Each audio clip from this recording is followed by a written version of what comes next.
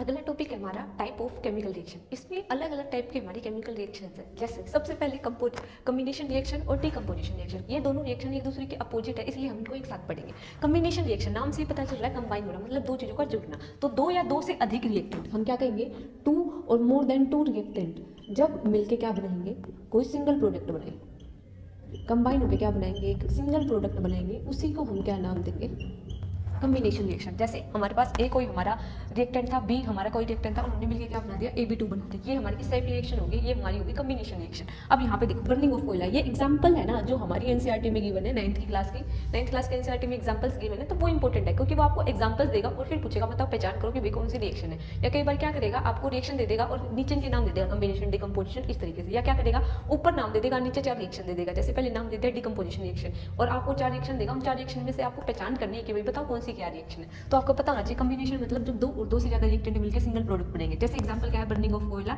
जब कार्बन और ऑक्सीजन मिलते हैं तो क्या बनाते हैं, CO2। यहाँ पे 2H2 और O2 मिलकर हमारे पास क्या बन गया, 2H2। ये हमारे इस टाइप की जब रिएक्शन हो जाएंगी जिसमें क्या हुआ, दो या दो से ज्यादा रिएक्टेंट मिलकर एक सिंगल प्रोडक्ट बनाएंगे, उसी को हम क्या नाम देंगे, हमारी कम्बिनेशन रिएक्शन। अब बात करते हैं डिकम्पोजिशन। डिकम्पोजिशन का मतलब होता है टूटना। तो ये इंपॉर्टेंट है, ये सबसे ज्यादा इंपॉर्टेंट है क्योंकि यहाँ से एस्टेट में क्वेश्चन आ चुका है। एस्टेट 2023 में यहाँ से क्वेश्चन था। क्यों इंपॉर्टेंट है, क्योंकि इसमें है डेट, हमें सब टाइप भी दे रखे हैं एनसीईआरटी में। सबसे पहले डिकम्पोजिशन रिएक्शन क्या होगा, जब एक सिंगल रिएक्टेंट टूटेगा किसमें, दो प्रोडक्ट में। मतलब हमारे पास सिंगल रिएक्टेंट होगा और प्रोडक्ट क्या होंगे, मोर देन टू। जो हमारे प्रोडक्ट है वो मोर देन टू, दो में या दो से अधिक होंगे, हमारे क्या होंगे, प्रोडक्ट होंगे। अब देखो जैसे थर्मल डिकम्पोजिशन, नाम से पता चल रहा है थर्मल, थर्मल मतलब हीट, ऐसा सिंबल मिलेगा रिएक्शन का। जब भी ऐसा हो, देखो हमारे पास क्या है, सिंगल रिएक्टेंट है, दो प्रोडक्ट में टूट गया, ठीक है, ऐसे हमारी कोई हो जाएगी डिकम्पोजिशन। डिकम्पोजिशन में भी कौन सी, थर्मल डिकम्पोजिशन। अब आते हैं इलेक्ट्रोलिटिक। इलेक्ट्रोलिटिक मतलब कि इलेक्ट्रिसिटी की उसमें डिकम्पोजिशन होगा, 2H2 ये टूट रहा है तो ऊपर ही आ जाएगा। तीसरी हमारी फोटोलिटिक डिकम्पोजिशन। फोटोलिटिक डिकम्पोजिशन का मतलब ये किसकी प्रेजेंस में होगी, लाइट की प्रेजेंस में होगी। या तो रिएक्शन के ऊपर लाइट लिखा जाए चाहे HV लिखा है, इसका मतलब क्या है, वो रिएक्शन किसमें हो रही है, लाइट में। हमें देखना है, जैसे ये एग्जांपल एनसीईआरटी में गिवन है, 2AgCl है, लाइट की वजह से टूट के 2Ag प्लस में Cl2। यहाँ से क्वेश्चन आएगा मैच द फ्लोइंग में। पिछली बार तो जाते इसमें मैच द फ्लोइंग में क्वेश्चन आया हुआ था कि भाई आपको एक तरफ रिएक्शन गिवन थी और दूसरी तरफ हमारे क्या थे, टाइप ऑफ रिएक्शन के नेम गिवन थे। तो आपसे पूछा हुआ था भाई मैच द फ्लोइंग में इनको मैच करो।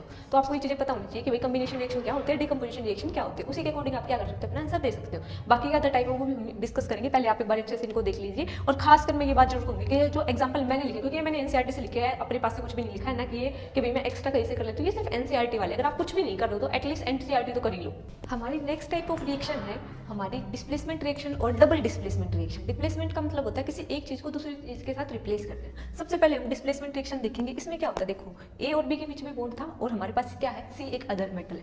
अब क्या होगा, ए और सी के बीच में बॉन्ड हो जाएगा और बी हमारा क्या निकल जाएगा, एज साइड, मतलब ग्रुप एक्सचेंज हो जाएगी। जैसे पहले मेरे पास इसमें है और ये अलग है, अब ये ऐसे हो गया है, ठीक है। उसी तरीके से डिस्प्लेसमेंट में क्या है कि भाई ए बी के साथ बीच में बॉन्ड था, उनकी बॉन्ड किसके साथ बन गया, अब ए और सी के बीच में बन गई है और बी हमारा क्या हो गया, निकल गया। याद रखने के लिए और सबसे ज्यादा इंपॉर्टेंट है, एस्टेट में मैं बता देती हूँ 2023 में भी क्वेश्चन आया हुआ है, 2021 में भी आया हुआ है और 2018 में भी आया हुआ है। कैसे क्वेश्चन आता है मैं आपको बता देती हूँ। वहाँ पे आपको क्या पूछेगा, या तो डायरेक्ट ये पूछ लेगा बताओ भाई मेटल की रिएक्टिविटी क्या है। जैसे बच्चे कई बार कंफ्यूज होते हैं कि भाई ये क्या है, ये टॉपिक हमारा इसके साथ रिलेट करता है। डिस्प्लेसमेंट रिएक्शन में हम पढ़ते हैं कि भाई जो लेस रिएक्टिव मेटल होती है वो रिप्लेस कर दी जाती है किसके द्वारा, मोर रिएक्टिव मेटल के द्वारा। तो मेटल की रिएक्टिविटी सीरीज आपको याद होनी चाहिए। जैसे यहाँ से डायरेक्ट क्वेश्चन आ जाता है, कई बार पूछ लेंगे बताओगे भाई 4 एलिमेंट दे देंगे, बताओ इनमें से सबसे ज्यादा रिएक्टिव कौन सा होगा, तो आपको पता होना चाहिए। देखो इसकी ट्रिक ये है, केदारनाथ का मालिक आलू जरा फीके पकाता है, क्यों हरि आज आए पीटने, ठीक है।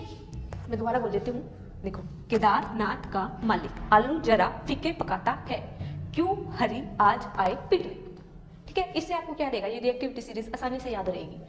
अब देखो क्वेश्चन कैसे आएगा, जिंक प्लस में कॉपर सल्फेट। तो यहाँ से जिंक हमारा क्या है, ज्यादा रिएक्टिव है, जिंक हमारा क्या है, ज्यादा रिएक्टिव है, किसके कंपैरिजन में, कॉपर के कंपैरिजन में। इसलिए क्या कर देगा, कॉपर को रिप्लेस कर देगा और खुद कॉपर की जगह आ जाएगा। इसलिए हमारी रिएक्शन क्या बनेगी, जिंक सल्फेट SO4 प्लस में कॉपर। अगर इसकी जगह मैं क्या कह देती, इसकी जगह मैं AU कह देती, AU प्लस में ZnSO4, तो आगे कोई रिएक्शन नहीं होती। क्यों नहीं होती, क्योंकि ये हमारा क्या है, ये लेस रिएक्टिव है और ये हमारा क्या है, मोर रिएक्टिव। तो ये इसको रिप्लेस नहीं कर सकता। तो रिप्लेस करने के लिए सबसे ज्यादा क्या है, पहली कंडीशन कि भाई मेटल को क्या होना चाहिए, ज्यादा रिएक्टिव होना चाहिए। जैसे यहाँ पे जिंक पहले से ही ज्यादा रिएक्टिव है, इसलिए इसने इसको क्या नहीं किया, इसके साथ रिप्लेस नहीं किया। लेकिन यहाँ पे कॉपर कम रिएक्टिव है किससे, जिंक से, इसलिए जिंक ने इसको क्या कर दिया, रिप्लेस कर दिया। तो आपको ये रिएक्टिविटी सीरीज ध्यान होनी चाहिए और इस तरीके से आपको रिएक्शन दे देगा और बोलेगा कौन सी रिएक्शन होगी कौन सी। तो आपको क्या पता होना चाहिए, रिएक्टिविटी सीरीज पता होनी चाहिए, उससे आप ये क्वेश्चन आसानी से कर लोगे। अब हमारा दूसरा क्या है, डबल डिस्प्लेसमेंट रिएक्शन। डबल मतलब दो की डिस्प्लेसमेंट होगी। देखो ए और बी के बीच में बॉन्ड है, यहाँ पे क्या है, CO2 और डी। अब क्या हो जाएगा, ए और सी के बॉन्ड बीच में बॉन्ड बन जाएगा और बी और डी के बीच में। इसका एग्जांपल आपके एनसीईआरटी में गिवन है, AgNO3 को जब हम NaBr के साथ रिएक्ट करवाएंगे तो यहाँ से क्या बन जाएगा AgBr और प्लस में क्या हो जाएगा NaNO3। ठीक है, तो आपको मैं बताऊंगी कि ये जो सीरीज है ना सबसे ज्यादा इंपॉर्टेंट है, ये इसी से क्वेश्चन आएगा और इससे आए हुए भी चाहे आप प्रीवियस ईयर उठा के देख लेना, आपको पता चल जाएगा। नेक्स्ट केमिकल टाइप है हमारा रिडॉक्स रिएक्शन। रिडॉक्स का मतलब है ऐसी रिएक्शन जिसमें रिडक्शन और ऑक्सीडेशन दोनों एक साथ हो। अब रिडक्शन का मतलब होता है गेन ऑफ इलेक्ट्रॉन, कि भाई किसी ने क्या कर लिया, किसी भी एलिमेंट ने इलेक्ट्रॉन को गेन कर लिया है। और ऑक्सीडेशन का मतलब होता है लॉस ऑफ इलेक्ट्रॉन। जैसे मैंने कहा कोई भी एक एलिमेंट है, अगर कोई वो इलेक्ट्रॉन गेन करेगा तो उसके ऊपर कैसा चार्ज आएगा, नेगेटिव चार्ज आएगा, जो कि हमें क्या बताएगा कि उसने क्या किया, इलेक्ट्रॉन का गेन किया है। अगर मैं कह दूं कि भाई किसी के ऊपर पॉजिटिव चार्ज था और अब उसने इलेक्ट्रॉन को गेन कर लिया और अब वो क्या हो गया है, न्यूट्रल हो गया, उसके ऊपर कोई चार्ज नहीं है, तब भी वो हमारा क्या है, रिडक्शन। तो रिडक्शन में आपको क्या चीज़ ध्यान रखनी है, या तो क्या होगा नेगेटिव चार्ज आएगा उसके ऊपर, अगर नेगेटिव नहीं है तो पॉजिटिव जो उसके ऊपर चार्ज था, देखो हमने यहाँ पे देखा इसके ऊपर एक्स के ऊपर कैसा चार्ज था, पॉजिटिव, लेकिन अब कोई भी चार्ज नहीं है, तो ये भी हमारा क्या है, रिडक्शन है। रिडक्शन का मतलब गेन ऑफ इलेक्ट्रॉन, इसने पक्का क्या किया है, इलेक्ट्रॉन को गेन किया है। ठीक है, आप इन चीज से पता लगा सकते हो कि भाई इसका क्या हुआ, रिडक्शन हुआ। अगर यही सेम रिएक्शन में अगर कह दूं कि भाई किसी ने एक्स है, उसने अपने इलेक्ट्रॉन को लूज कर दिया तो उसके ऊपर कैसा चार्ज आ जाएगा, पॉजिटिव, और इलेक्ट्रॉन निकल गया, ये हमारा क्या है, लॉस ऑफ इलेक्ट्रॉन, जिसको हम क्या नाम देते हैं, ऑक्सीडेशन। अगर किसी के ऊपर नेगेटिव चार्ज था और अब वो किस में चला गया है, न्यूट्रल में आ गया है, ठीक है, तो ये भी हमारा क्या है, रिडक्शन। कि भाई नेगेटिव से किसकी तरफ आना, न्यूट्रल की तरफ, ये हमारा क्या है, ऑक्सीडेशन। पॉजिटिव से न्यूट्रल की तरफ आना, ये हमारा क्या होता है, रिडक्शन। पॉजिटिव का मतलब उसने इलेक्ट्रॉन दे रखे थे जो कि उसने वापस ले लिए। ठीक है, अब देखो यहाँ पे मैं आपको एग्जांपल बता, जैसे क्लोरीन है, क्लोरीन ने एक इलेक्ट्रॉन ले लिया तो मतलब गेन ऑफ इलेक्ट्रॉन है, तो ये हमारे किसका एग्जांपल होगा, रिडक्शन का। जिंक है, जिंक ने अपने 2 इलेक्ट्रॉन को डोनेट कर दिया, ठीक है, तो इसके ऊपर कैसा चार्ज आ गया, पॉजिटिव चार्ज आ गया, ये हमारा किसका एग्जांपल हो गया, ऑक्सीडेशन का। अगर आपको याद नहीं रहता तो याद रखने की तरीका है लॉस ऑफ इलेक्ट्रॉन, ये आपको 12th में इलेक्ट्रोकेमिस्ट्री में भी हेल्प करता है। ऑक्सीडेशन एट एनोड, जो कि हमारी कैसे होती है, नेगेटिवली चार्ज। ठीक है, इस तरीके से हम याद रखते हैं। अब रिडॉक्स रिएक्शन कैसी होगी, एक ऐसी रिएक्शन जिसमें क्या होगा, रिडक्शन भी होगा और साथ में क्या होगा, ऑक्सीडेशन भी होगा। तो देखो एक बात और बता देना चाहती हूँ, जब भी कोई मेटल अपनी नेचुरल स्टेट में, जैसे मैं लिख देती हूँ सिंपल कॉपर, तो इसका मतलब इसके ऊपर कैसा है, जीरो, कोई चार्ज नहीं है, ये न्यूट्रल है। अगर मैं H2 कर रही हूँ तो इसका मतलब ये भी क्या है, न्यूट्रल। अगर मैं Na लिख रही हूँ तो इसका मतलब ये भी क्या है, न्यूट्रल। जब तक कोई चार्ज मेंशन नहीं है तो ये क्या होगा, हम न्यूट्रल लेके चलेंगे। तो देखो यहाँ पे कॉपर O2, ऑक्सीडेशन स्टेट आपको निकालनी आती है, ऑक्सीजन के ऊपर कैसा होता है -2, तो कॉपर के ऊपर कैसा हो जाएगा, पॉजिटिव। यहाँ पे देखो, यहाँ पे कॉपर अकेला है तो इसको हमने क्या मान लिया, न्यूट्रल। तो पहले प्लस था, प्लस से न्यूट्रल की तरफ गया। मैंने पहले कहा था अगर प्लस से किसकी तरफ जाता है, न्यूट्रल की तरफ जाता है, तो हमारा क्या होता है, रिडक्शन। तो इसका यहाँ पे क्या हो रहा है, रिडक्शन। रिडक्शन मतलब गेन ऑफ इलेक्ट्रॉन। यहाँ पे देखो हाइड्रोजन के ऊपर कोई चार्ज नहीं है, न्यूट्रल है। अब मैंने कहा था न्यूट्रल से किसकी तरफ जाए, यहाँ पे देखो हमने कहा था कि भाई न्यूट्रल से किसकी तरफ जाए, पॉजिटिव की तरफ जाए, उसको हम क्या नाम देते हैं, ऑक्सीडेशन। तो हाइड्रोजन यहाँ पे न्यूट्रल है, यहाँ पे ऑक्सीजन पे कैसा चार्ज है, पॉजिटिव चार्ज है, तो यहाँ पे इसका क्या हुआ है, ऑक्सीडेशन। ऑक्सीडेशन मतलब लॉस ऑफ इलेक्ट्रॉन। सिर्फ आप एक को देख के बता सकते हो कि भाई किसका क्या हो रहा है। और ऐसे रिएक्शन भी होते हैं डिस्प्लेसमेंट डिस्प्रोपोर्शनल रिएक्शन, जिसमें सेम एलिमेंट का ऑक्सीडेशन हो रहा होता है और सेम का रिडक्शन हो रहा होता है। हमारा last type of chemical reaction है एक्सोथर्मिक रिएक्शन और एंडोथर्मिक रिएक्शन। एक्सोथर्मिक रिएक्शन वो जिसमें हीट क्या होती है, प्रोड्यूस। एंडोथर्मिक रिएक्शन वो जिसमें हीट क्या होती है, अब्सॉर्ब। इसका एग्जांपल एनसीईआरटी में गिवन है 2Hg, Hg का मतलब मरकरी, ऑक्सीजन और ऊपर एरो के ऊपर हीट, इसका मतलब इसने हीट को क्या किया है, अब्सॉर्ब किया है और हमारे पास क्या बन गया, 2 मरकरी और प्लस में O2। ये हमारा किस एग्जांपल है, एंडोथर्मिक रिएक्शन का एग्जांपल है।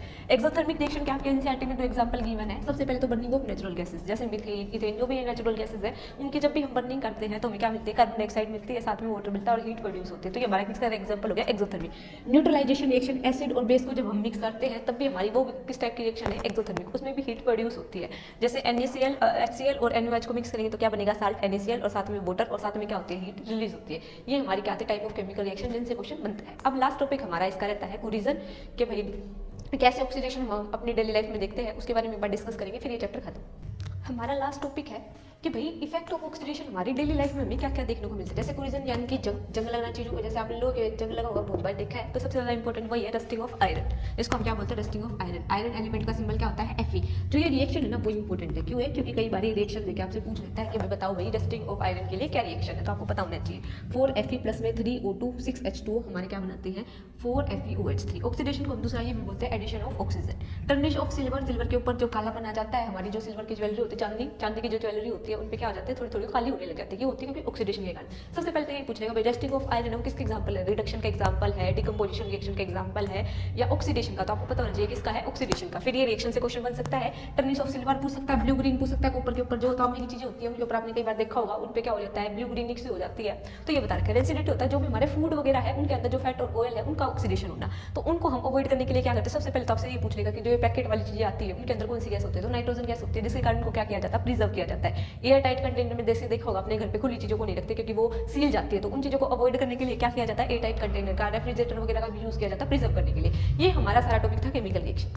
अगर आपको किसी को भी कोई भी डाउट है तो आप कमेंट में जरूर कमेंट कर सकते हो कि भाई हाँ हमें ये डाउट है, बाकी आप अपने सजेशन भी दे सकते हो। Thank you.